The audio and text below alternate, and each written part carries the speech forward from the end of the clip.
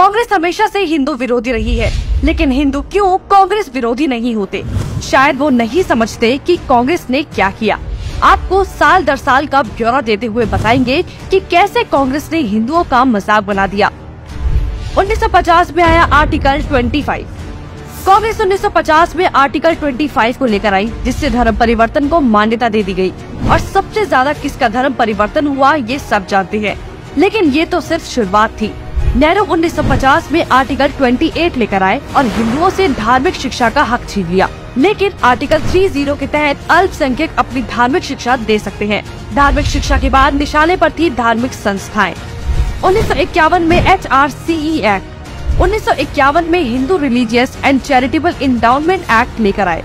उन्होंने कारण दिया कि बड़े मंदिरों का रखरखाव सही से हो सके, लेकिन इसकी आड़ में कब्जे कर लिए, जिसके तहत भारत में मौजूद बड़े बड़े मंदिरों का प्रबंध सरकार ने अपने हाथों में ले लिया और मनमाने ढंग से इनकी संपत्ति का दुरुपयोग किया। और ये सिर्फ हिंदुओं के मंदिर पर लागू था, बाकी धर्मों या धार्मिक स्थल पर लागू नहीं था। 1956 में हिंदू कोड बिल आया। 1956 में नेहरू सरकार हिंदू कोड बिल लेकर आई, लेकिन अल्पसंख्यकों के लिए इन्होंने पर्सनल लॉ बोर्ड को बिल्कुल हाथ नहीं लगाया।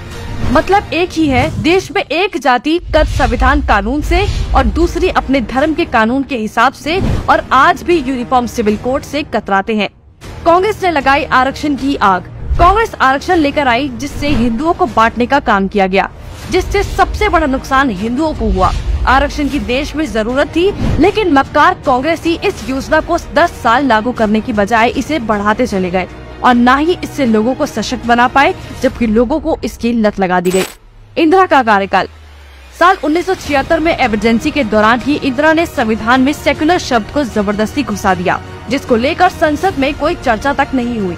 मतलब कि हिंदू बहुसंख्यक होते हुए भी भारत हिंदू देश नहीं कहलाया जा सकता, जबकि आप हमारे आसपास देखेंगे तो सभी मजहबी देश हैं, लेकिन हिंदुओं के लिए कोई देश नहीं बचा। इसके बाद हिंदुओं के कानूनी अधिकार और इतिहास निशाने पर थे। 1991 में पूजा स्थल कानून। 1991 में कांग्रेस ने पूजा स्थल कानून बनाया, जो बेहद हिंदू विरोधी कानून था, क्योंकि इस कानून के तहत हिंदू, सिख और जैन मुगलों के कब्जे से मंदिरों को छुड़ाने के लिए लड़ाई ही नहीं लड़ सकते। उनके पास दलील सुनने का कोई कानूनी अधिकार ही नहीं छोड़ा गया। हमने लाखों मंदिर और उनका इतिहास खो दिया। 1992 माइनॉरिटी कमीशन एक्ट। कांग्रेस ने अल्पसंख्यक आयोग अधिनियम बनाने के बाद अल्पसंख्यक आयोग बना दिया।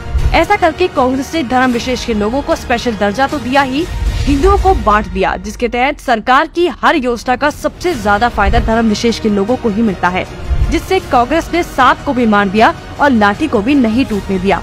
मतलब साफ है, हिंदुओं को भी बांट दिया और धर्म विशेष के लोगों को भी खुश कर दिया।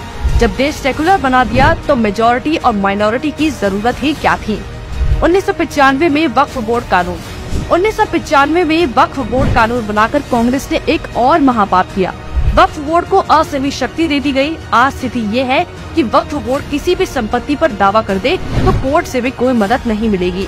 रेलवे और रक्षा के बाद संपत्ति के मामले में वक्फ बोर्ड देश में तीसरे स्थान पर पहुंच गया है। अब सिर्फ एक आखिरी बार बचा था, वो बार था राम सेतु एफिडेविट। राम सेतु एफिडेविट बनाया।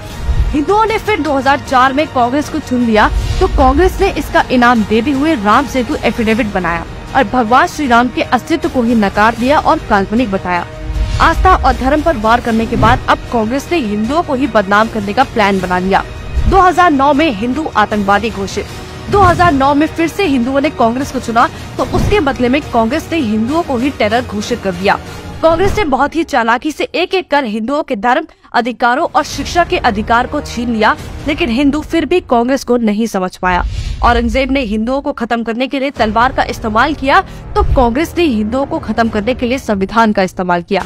फिर भी कांग्रेस ही बोल रही है कि लोकतंत्र खत्म हो रहा है, जबकि लोकतंत्र नहीं, हिंदू और हिंदुत्व खत्म हो रहा है।